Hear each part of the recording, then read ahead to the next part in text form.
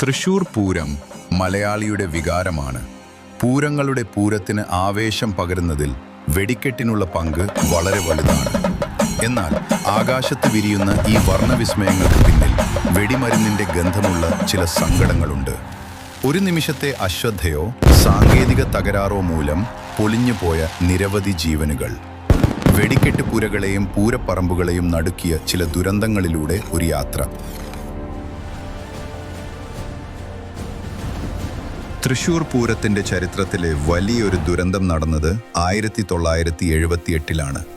വെടിക്കെട്ടിനിടെ ഒരു അമിട്ട് കാണികൾക്കിടയിലേക്ക് വീണ് പൊട്ടിത്തെറിച്ചായിരുന്നു അപകടം. ഈ ദാരുണ സംഭവത്തിൽ 8 പേർക്കാണ് ജീവൻ നഷ്ടപ്പെട്ടത്. ആഘോഷങ്ങൾക്കിടയിലെ സുരക്ഷാ വീഴ്ചയുടെ ആദ്യത്തെ വലിയ ഓർമ്മപ്പെടുത്തലായിരുന്നു അത്.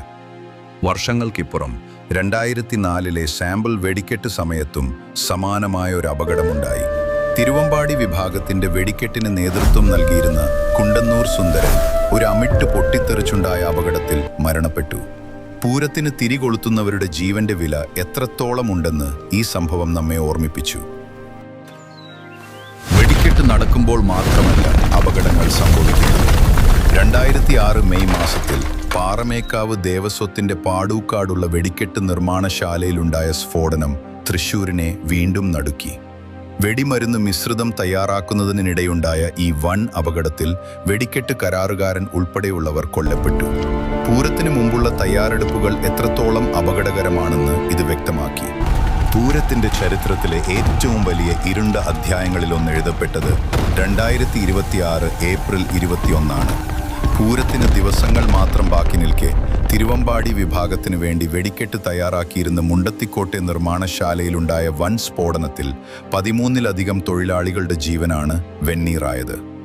തുടർച്ചയായ പൊട്ടിത്തെറികൾ രക്ഷാപ്രവർത്തനത്തെ പോലും ദുഷ്കരമാക്കി. സുരക്ഷാ മാനദണ്ഡങ്ങളെക്കുറിച്ചും ഉത്സവങ്ങളുടെ നടത്തിപ്പിനെക്കുറിച്ചും വലിയ ചോദ്യങ്ങൾ ഈ ദുരന്തം വീണ്ടും ഉയർത്തി. ആചാരങ്ങളും ആഘോഷങ്ങളും നിലനിൽക്കേണ്ടത് തന്നെയാണ്. എന്നാൽ മനുഷ്യജീവനേക്കാൾ വലുതല്ല ഒരു ആഘോഷവും. കർശനമായ സുരക്ഷാ മാനദണ്ഡങ്ങളും ആധുനിക സാങ്കേതിക വിദ്യകളും കൃത്യമായ പരിശോധനകളും ഇനിയെങ്കിലും ഉറപ്പാക്കേണ്ടതുണ്ട്.